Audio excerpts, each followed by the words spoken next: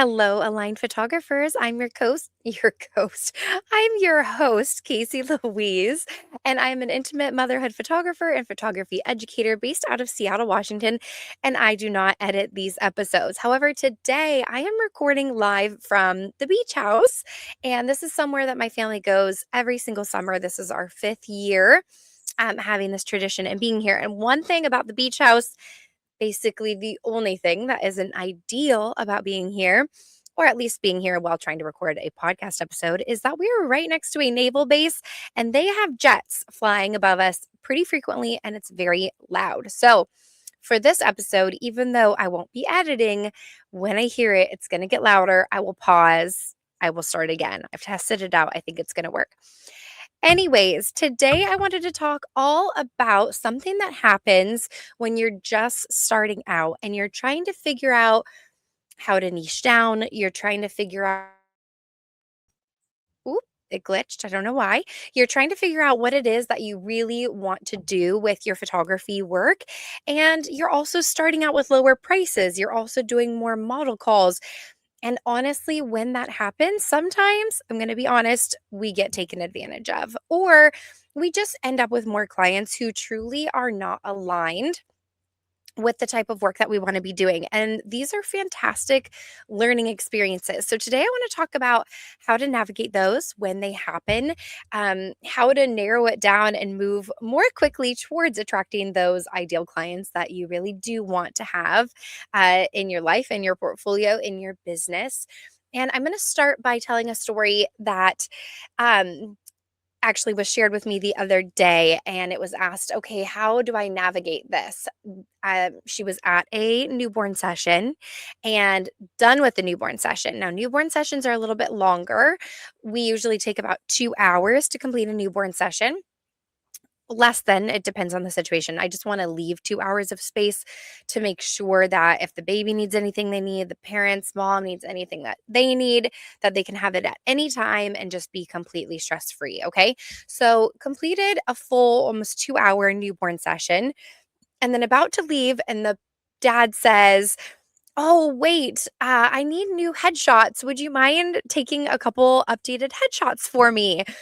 And then not knowing what to say, right? Like the things that pass through your mind during that moment is like, oh gosh, like, oh, I've been here a while. I've taken a lot of photos, but like, I don't want them to be upset. I want them to have a good experience. It's hard to say no, right? Sometimes, especially in the beginning, especially when you're learning how to find those boundaries, hold those boundaries, the harmony between providing a really good experience for your clients and respecting your time, your energy, right? And what was all included in that package that they had signed up for with you, right? So in the moment, just like many of us when we're starting out, of course she said, "Oh, of course I can take your pictures really quick. Of course I can take some headshots for you." And then the wife chimes in or the mom and it's like, "Oh, hey honey, don't you need some more headshots?" And then before you know it, they're changing their outfits, they're taking tons of headshots, spending a whole extra 20 minutes and tons of extra photos for them. And that really could have been an entire extra session, right? And then you leave and you're like, "Oh, like that's not what I was there for." And wow, I have a lot more photos that I actually want to edit. And like, gosh, I probably should have been paid for that, right? Because that is headshots and branding is a completely different session than a newborn session. And I want to share that this actually personally has happened to me as well. For me, it was a little bit more minimal. It was just the dad that needed a headshot. And I did oblige. Whoop. I did oblige. So I knocked over my water. However, when I said yes, it was a conscious yes to, okay, I'm agreeing to do this, right? And I'm going to really keep it short. You're going to get like two headshots. I'm going to take 2 minutes, right? It's going to be like, all right, come out here. Here's a good wall. Here's good lighting. Smile here. Let me take a vertical. Let me take a horizontal, maybe two different facial expressions, but really that's it. That's what you're getting because this is not a branding session that we're doing today. So in the moment though, How do you address that when a client asks in the moment and you don't want to disappoint them? What if they ask you for something at the beginning of a session and you still have a full session to go through and you're like, "Oh my goodness, I don't want to upset them and we haven't even gotten started yet." Another example when this has happened to me was actually just for a maternity session. However, it was outdoors at a park, at a public park, and they wanted to do confetti poppers, confetti streamers. And I'm not comfortable with that. It is not good for the environment. We want to leave no trace. That stuff goes absolutely everywhere. I don't know about you, but I'm not going to spend an hour cleaning up thousands of little confetti pieces, right? And so in the moment, that was something that was asked of me, like, in the very beginning of the session, and I had to kind of navigate like, "Oh, why don't we circle back to that towards the end? Like, it's really important that we leave no trace, we don't wanna get in trouble or fined for that or anything like that," right? And then just being like, "I'm just not sure, let's go ahead and do our full session, and we can talk about it some more, towards the end, like, save them for later, and we'll circle back." So it was almost like, to be honest, I kinda dodged it in the beginning so that we could go on and have their session, full well knowing in my mind that at the end of this session, I was going to have to disappoint them and let them know that I was not comfortable with that and that it was just really important, and that we wouldn't be able to leave any trace. So I did not feel comfortable staying and cleaning up afterwards, right? And so, anyways, I kind of waited to the end and changed it. I've had other moments in the beginning. Okay, I'm sorry. Before I get ahead of myself, I want to circle back to what you would say in the moment when somebody asks you for something additional that, let's say, not only you're not comfortable with, but let's just say that it's going to require more of your time, more of your attention, more of your energy, and quite honestly, you should be compensated for it, right? So in the moment, you could say something like, and it's hard because you're caught off guard, you're not expecting somebody to ask more of you. But in the moment, you could say, I would absolutely love to take some updated headshots for you. Right now, we're at our time today. However, if you want, I can stay like 2 more minutes. We can take like literally just a couple photos of you that I can include in your gallery.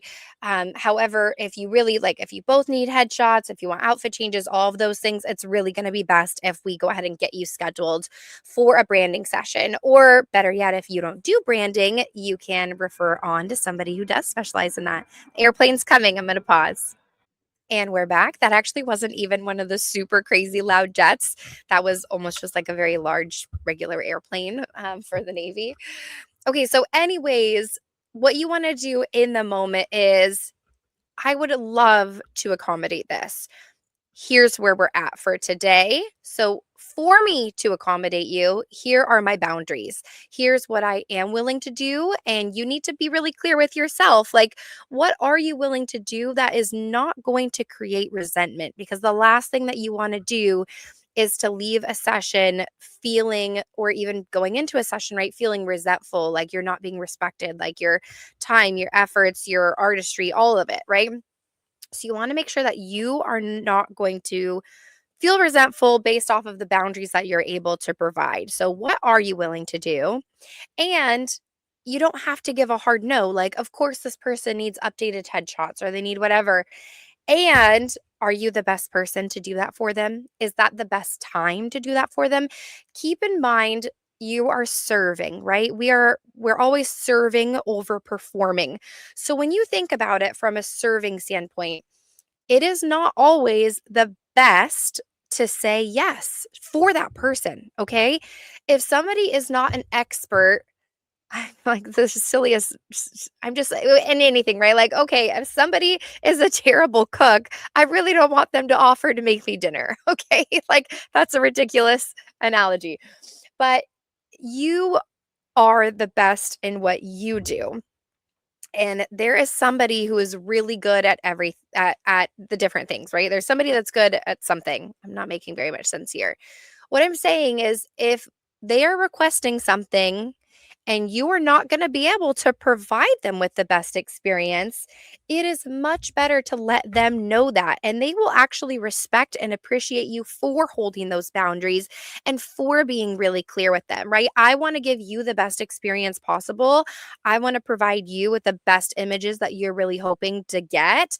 And so to do that, here's what I'm going to need, right? I'm going to need a certain amount of time.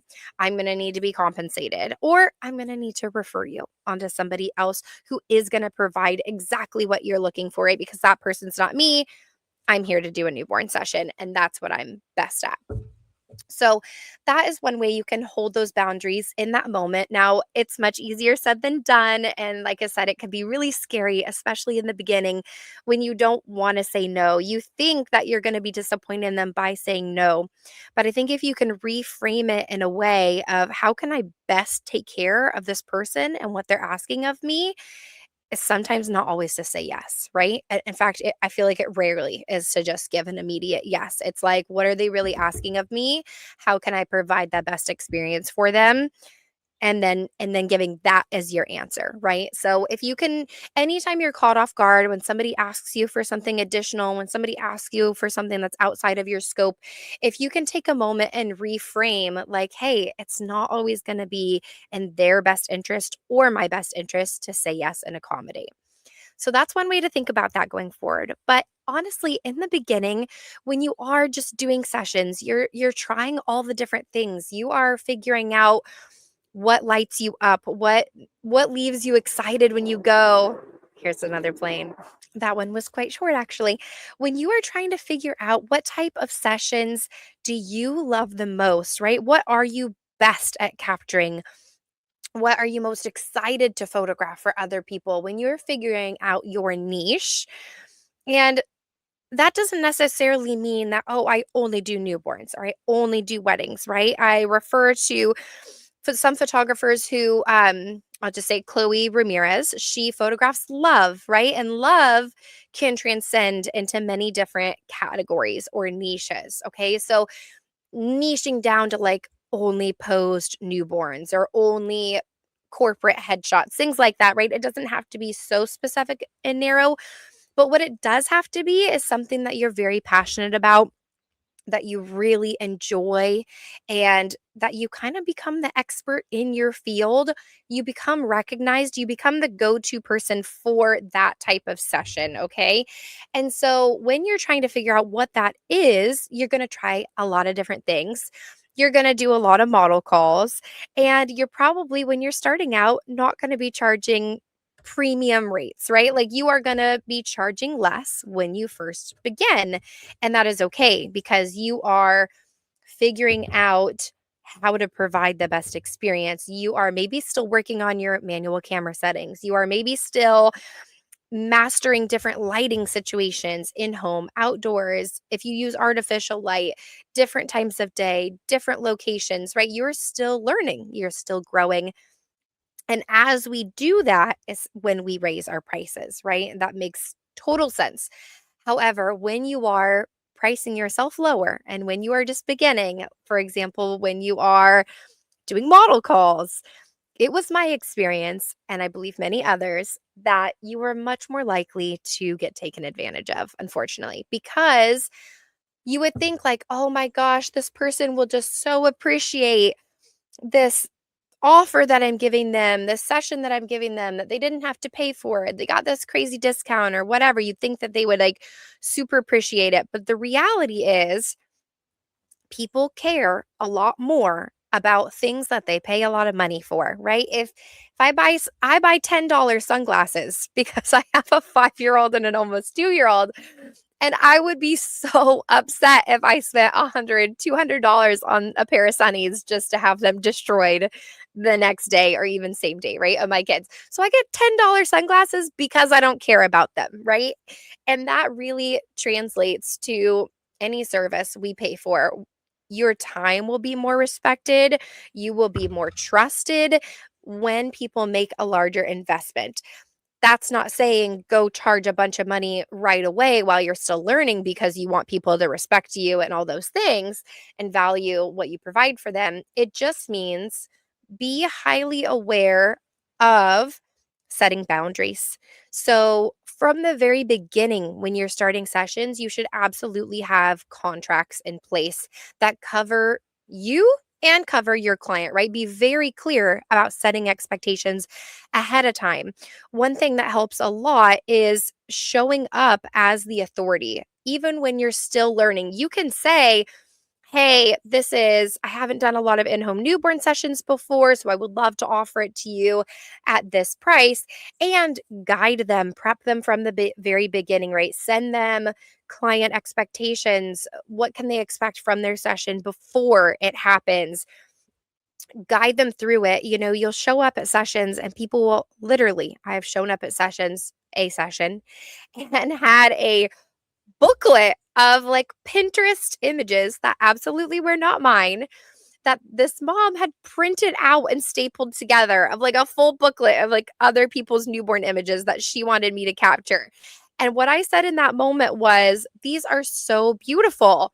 You chose me because you love my style and, you liked what you saw in my portfolio. I do have a newborn session flow. So I'm going to go ahead and start with that. And I'm going to guide you through the full session. And at the very end, I will look back through this and we'll make sure that we didn't miss any poses that you were really hoping to capture. Um, that takes practice though, right? And it takes a little finesse of like, how do you set boundaries without being a bitch? Like, also, I was told the other day, somebody said, another photographer, it was the first time they had heard me swear.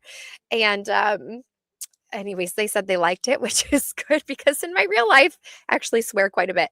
Uh, Professionally, of course, and with my clients, like never pretty much. Anyways, you don't want to come off rude, right? You don't want to come off disrespectful or resentful or like a chip on your shoulder just because your client was asking for something. They're asking you for things because they don't quite fully trust you yet. They're asking you for these things because they feel like they need to guide the session over you. And sometimes that's just a personality thing, right? We all know people who want to control as much as they can. I'm kind of one of those people. and and then that's why it's really important to remind them like, "Hey, you know, I've got you. Like, don't worry. You liked what you saw in my portfolio and I'm going to guide you through this experience. So don't be afraid to take that authoritative lead, to build that trust ahead of time, during all the things. And then let's talk about the post session delivery, right? I've had again a family ask me and say, "Can you change this blanket from white to blue?" And honestly, I'm just pretty straight up with people that I don't use Photoshop. So I said, no, I said, oh, I'm so sorry. I actually don't use Photoshop. And then I believe she responded and said, okay, I'll just like try to do it myself or like get someone else to do it. And then I had to double down and say, and I understand that you wish that the blanket was blue. Unfortunately, it's in your contract that no further editing is allowed to be done to these images because like they represent, my portfolio, my art, all of these things. And again, that's where the contracts are really important from the beginning. Have really solid contracts, have a really solid workflow going in. You want to communicate a lot with your clients to set expectations, build that trust ahead of time so that they fully know what to expect and where your boundaries lie, okay? Because again, you don't want to take extra time. I was actually really thinking today while I was finishing editing some galleries, I said it out loud to my husband. I don't like editing. I In the beginning I called myself like a lazy editor. I'm not sure that that's necessarily true because I did develop my own consistent editing style from scratch. Like I learned full editing in Lightroom, all the things totally on my own. As in, I may just mean I never actually bought a preset. Like I've never purchased a preset. I saw work that I really admired and I went through every single thing and I learned all on my own how to create a consistent portfolio that I really love that is true and unique to me. Another plane. So creating an editing preset of your own or learning how to do that, right? That's definitely not lazy by any means. However, I'm not going to spend a ton of time doing a whole bunch of different masking, different things like that, at the amount of the investment a session is to work with me. I am going to take the time and I'm going to edit out the Apple Watch tan lines and every single image rather than be like, well, you should have just kept it on or something. But in my mind, I don't love that. Right. And so that's actually one of the reasons why I created a very consistent preset of my own, a very consistent, very recognizable editing style where people can say, like very early on, they started to say, I saw that image and I knew that it was yours before I even looked at the profile, before I even saw who it actually belonged to. And I did say that I don't edit these videos. Maybe I'll pause it. My daughter is coming to join me here for a moment. You might hear her in the background. However, it's one of the reasons why I did that right away rather than playing with a whole bunch of different presets, changing my style from what was popular at that time versus, because that changes. Like the fads come and go and they change. That's why I think it's really, really important in the beginning to learn how to edit consistently and very true to life. More than anything, you want to learn how to use your manual camera settings, to get correct exposure, to learn lighting, right? So that in camera, it's as perfect as it possibly can be, and then create a very true to life, consistent editing style for yourself.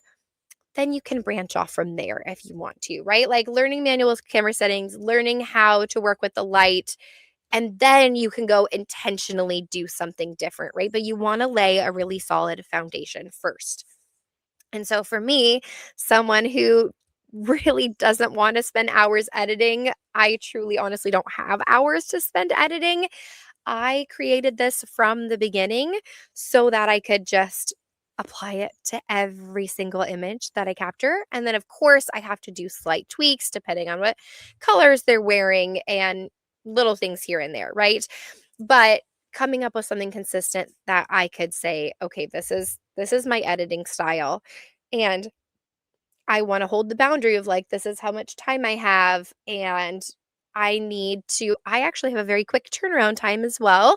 I always send sneak peeks within 24 hours, and I deliver the full gallery within 2 weeks. That is a pretty quick turnaround time. These days, I'm also using Imagine AI, which you do have to have, like, thousands of images. I believe when I last did it, you did have to have about 3,000 images to upload before it would consistently be able to match, your editing style. And then periodically, I will re-download any tweaks that I made and refeed into it, right? To teach it like, hey, here's how I changed this session. And then it gets better and better and closer. So I'm all about setting boundaries and automations and laying foundations so that you can leave a session, even one that you really loved, and feel like fulfilled by it and not feel like it's taking away from being a mom, living your life, being present. I'm at the beach right now, right? I'm at the beach with my family. I delivered 3 sessions, finished editing and delivered 3 sessions. I'm recording my podcast because this is week number 5. I'm so excited. I'm really proud of myself, to be honest. I'm so happy to show up, and I'm so thankful for every single one of you who has been listening to these episodes and continuing to come back, and I really hope that it can be beneficial for you all. Another plane came by. So, by sharing my experience throughout the journey of even just learning the depths of photography, learning the actual technical skills, learning the client communication aspect of it, right? I'm going to do a whole nother episode on how to create vulnerability within your session, like how to make your clients feel really comfortable, right? How to capture like early intimate motherhood and all the details. And so I just want to share the entire journey with you, what it has been like, so that hopefully you can accelerate your path towards a profitable, sustainable, deeply aligned business without sacrificing values, time with your children, everything like that as a mother. So basically, as you go on and you do more sessions and you hold those boundaries, you set those expectations, you realize that by saying no and by holding your boundaries and all of those things, that you're actually providing a better experience for your client because you're able to give them your time, your attention. You're able to edit the way that you really love to edit, right? You're not pretending to be someone else. You're truly providing a better experience by saying no and holding boundaries. It gets easier over time. And as time goes by, you get to start charging more because your skills improve, your client communication improves, which is a huge part of the experience, and you're building trust. So when people book you, they see, oh, okay, this is what I can expect. And we can do that by sharing the type of work that we want to attract, right? So if I want to see a lot of skin to skin, if I want to see if I want to capture breastfeeding, if I want to capture shower sessions, if I want to capture really cozy, intimate in home, those are the images that I'm going to be putting out there. If I don't want people to wear blue, because that is something I don't want, I do like a denim. Like a denim is okay, but certain styles of blue is a cool tone and I edit on the warmer side, or I want the feeling of warmth in my images, like that warm, cozy vibe, cool blue tones. It's actually my favorite color, are the exact opposite of that. So I really have to communicate, hey, no patterns that are distracting, no neons, no blues, things like that, right? And if people do choose to wear those anyways, of course, the session is about them. It's about their connection. It's still going to be, hopefully they will still love their gallery because they chose those images. And I let them know that it might not look completely consistent with my portfolio because in my portfolio, you don't see any blue. I won't share those images online. I'm sharing the skin to skin. I'm sharing the breastfeeding. I'm sharing these really intimate moments because what clients see is they say, oh, like I want images like that. And this person was, it was really vulnerable in front of this photographer, so they trusted them, which means I can probably trust them, right? Like I'm deciding to put my trust, I am deciding to invest in all these things. And by showing up consistently, not only in the skills, not only in the editing, but primarily your client communication and client experience is going to be how you start attracting those ideal clients. You can make more money and attracting ideal clients, making more money, and having less really of the ones who were like, "Can you change this blanket blue? Can you add some headshots in there?" Right? And so it's really how you niche down, find what you really love. And so I go over a lot of that in my one-on-one personalized mentorships. Also, great portfolio building opportunities are my in-person workshops and retreats, which I absolutely love to host. That is my favorite thing. When I first started diving into education, I knew right away that I would. If you are watching this, you will see my daughter right behind. Right away, hold on one moment, baby. Right away, when I started education, I knew that I wanted to do the in person community building, connected type of events where we learn side by side together, build our portfolios, and have an amazing time. So, Golden Mama is taking place. That's my styled workshop next Wednesday, less than a week away now in Seattle. So, if you're listening, there are still some spots available.